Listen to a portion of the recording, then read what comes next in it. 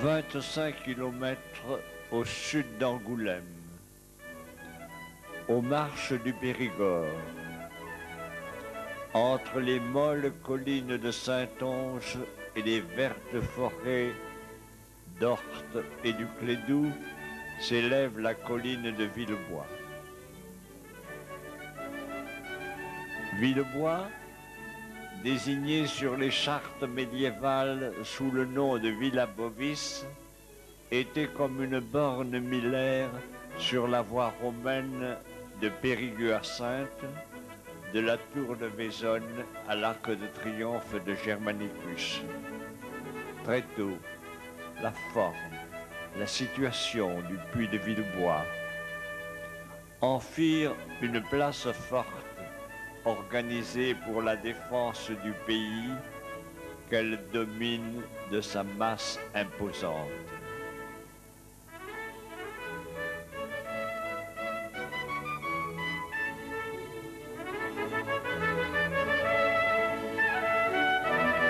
Le château initial et son donjon du 8e et 9e siècle ne sont plus qu'un vestige. L'enceinte du XIIIe siècle, le mur des Lusignans, entouré d'un fossé de 330 mètres de tour, fut bâti par les ducs d'Angoulême, suzerains du château.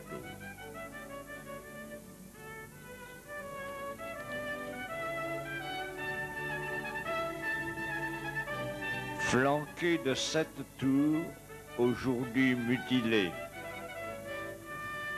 avec ses archères, ses créneaux, ses courtines et ses escaliers d'accès, la muraille altière garde encore dans ses pierres les traces des destructions et des transformations subies au cours de leur longue histoire.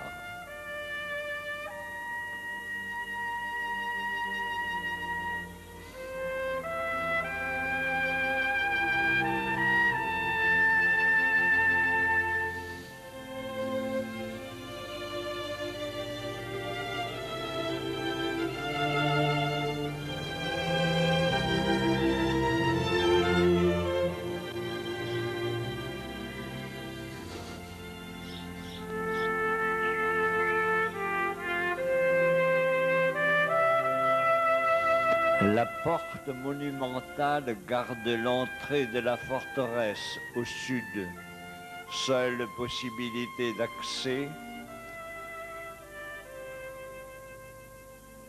La tour des Normands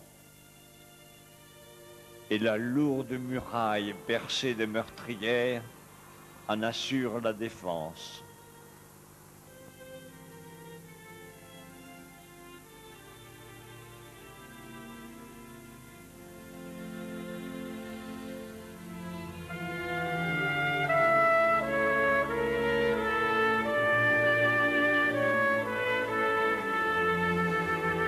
La porte s'ouvre sur la cour basse, hautement murée.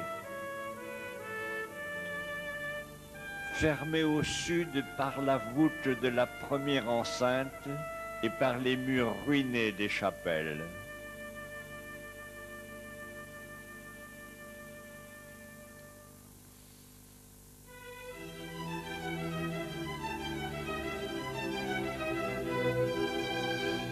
Au temps des guerres de religion, le château fut pris et occupé par les ligueurs du chevalier d'Obter.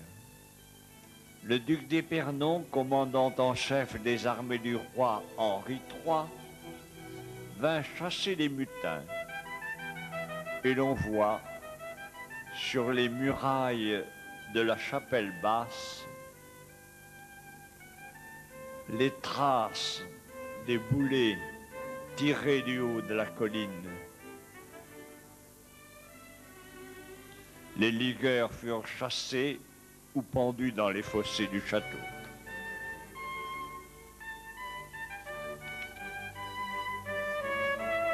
Par l'arcade unique de la première enceinte nous sommes entrés dans la vaste cour des communs du château.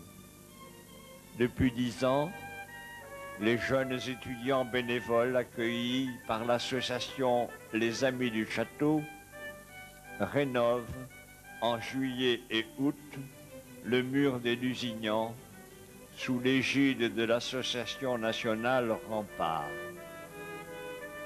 Grâce à leur travail persévérant, les murailles sont débarrassées des atteintes profondes du lierre et des végétations folles. Les escaliers d'accès sont rouverts. Les courtines longent les créneaux ouverts sur le vaste horizon. Le chemin de ronde conduit des tours du nord jumelles à la tour ouest parfaitement rénovée et qui attend son toit de tuiles vieillies.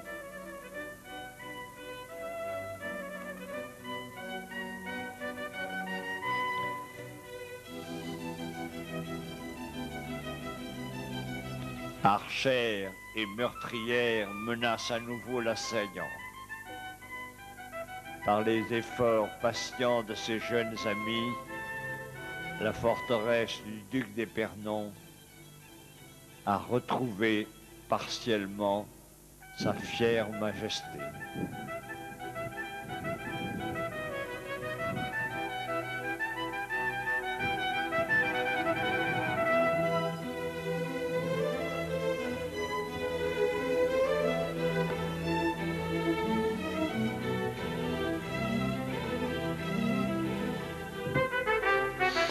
La chapelle romane du vieux château est contemporaine des croisades. Elle avait une entrée extérieure au mur d'enceinte, au bas de la tour. C'était un lieu d'asile, nuit et jour ouvert aux pèlerins en route vers Saint-Jacques-de-Compostelle et les croisés allant en Palestine ou en revenant s'arrêtaient pour prier, y trouver un refuge et un gîte. Une porte latérale sud de la chapelle leur permettait de suivre les offices sans se mêler aux habitants du château. Accolée à l'enceinte primitive du vieux château, une première travée formait une sorte de porche grossièrement murée.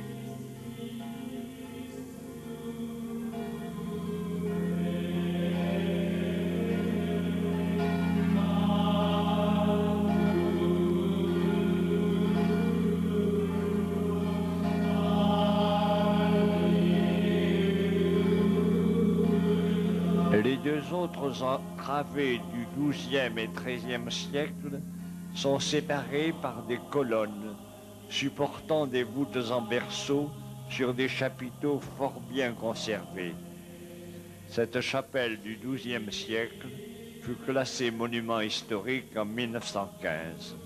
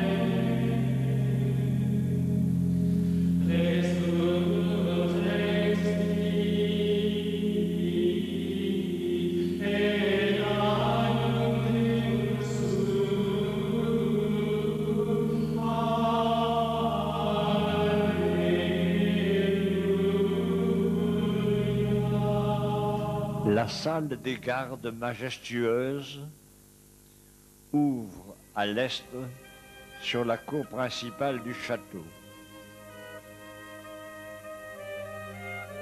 et au nord sur une terrasse en ruine couverte de lierre.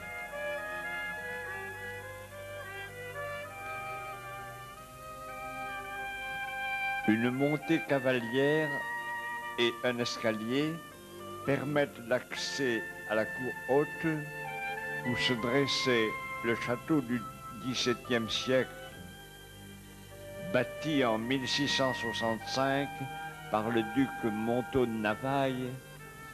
Il était formé de deux ailes, unies par un corps central au sud et un dôme fort élevé. Hélas, en 1822, le château fut ruiné par un incendie qui ne laissa subsister que l'aile ouest. Cette demeure, aux toits à la mansarde, est la propriété de la famille de Fleury depuis 1914 et appartient aujourd'hui à Philippe et Bernard de Fleury, alias Bernard Lavalette.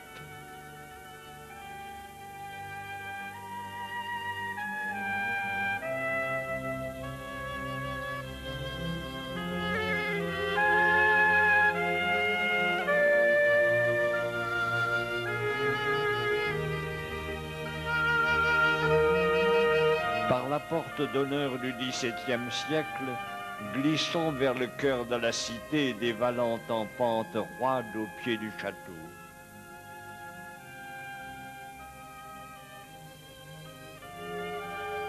Tout près, l'église Saint-Romain, construite en 1895 sur les ruines de l'édifice religieux médiéval, dresse son haut clocher dominant la cité.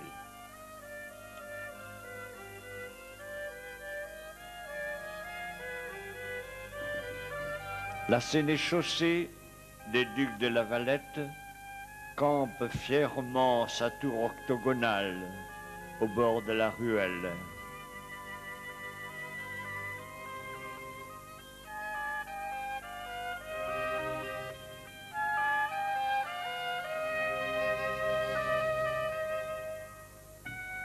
La maison de Corlieu, le célèbre historien angoumoisin, garde en les fines sculptures de sa porte, au seuil usé par les ans, le souvenir des temps où la place forte du duc de Lavalette avait pénétré l'histoire de la capitale.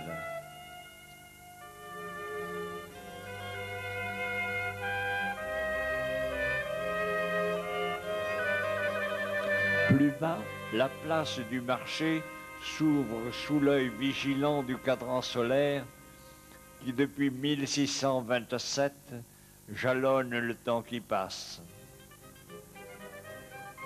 Les halles, reconstruites en 1665 par le duc de Navailles, occupent pleinement tout l'espace laissé par les demeures ancestrales.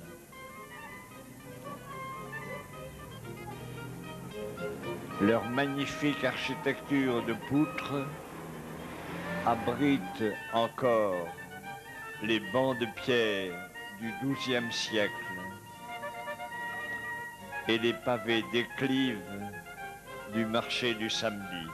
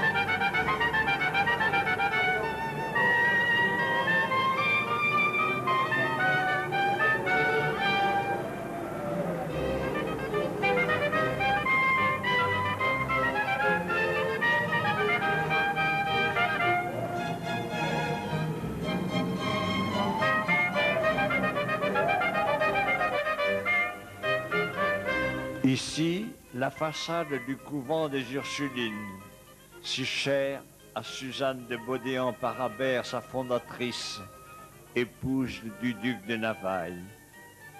À côté, débouche la venelle en arcade qui conduisait à l'enclos des Dames de Charité.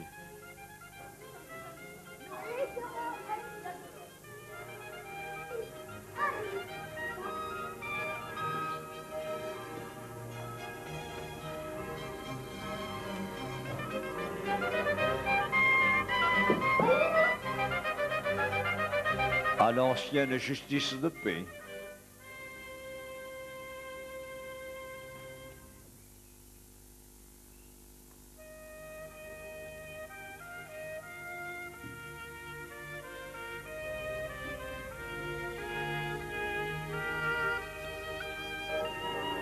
À l'imposante prison seigneuriale.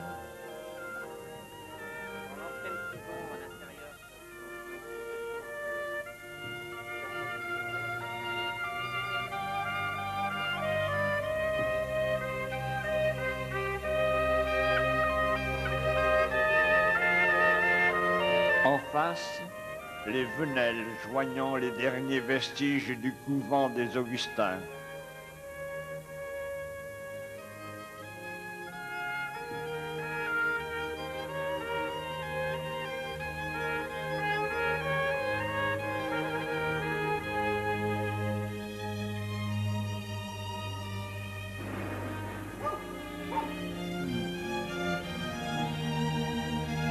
Une entrée majestueuse reste encore aujourd'hui dans la cour privée de l'hôtel des Postes.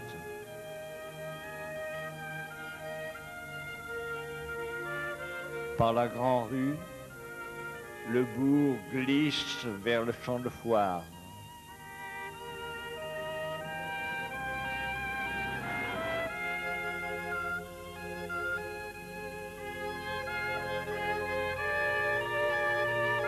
Ombragé, planté d'arbres vénérables. Et la grande rue s'élargit vers les terres fertiles du pays de la Valette.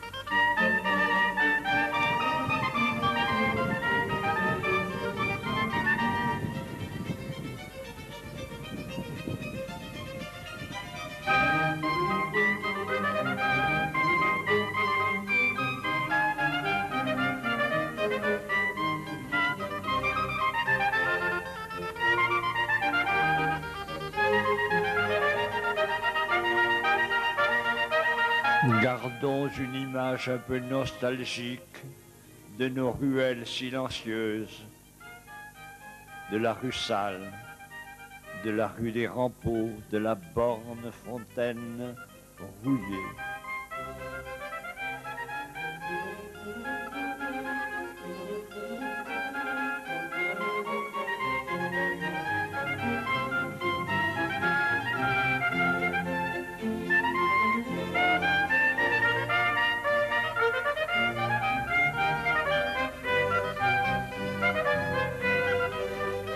Du vieux puits des pailles aux entrailles profondes.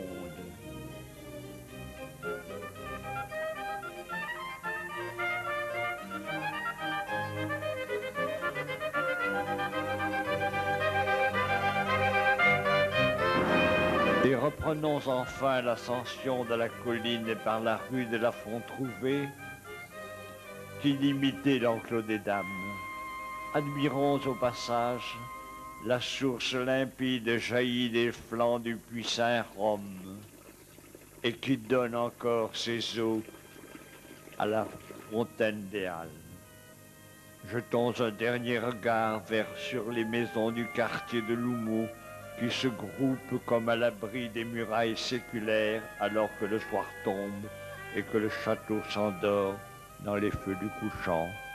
Château de Nogaret, grand seigneur intrigant, noble enceinte chenue, enserrée par le lierre, dressé comme un rempart aux poternes de pierre, tu es tout l'horizon du vieux bourg, dévalant ses toits de tuiles rouges, son étroite ruelle, vers la place ombragée, vers les terres fertiles, d'où montent dans le soir, en des odeurs subtiles, les souvenirs glorieux drapant la citadelle.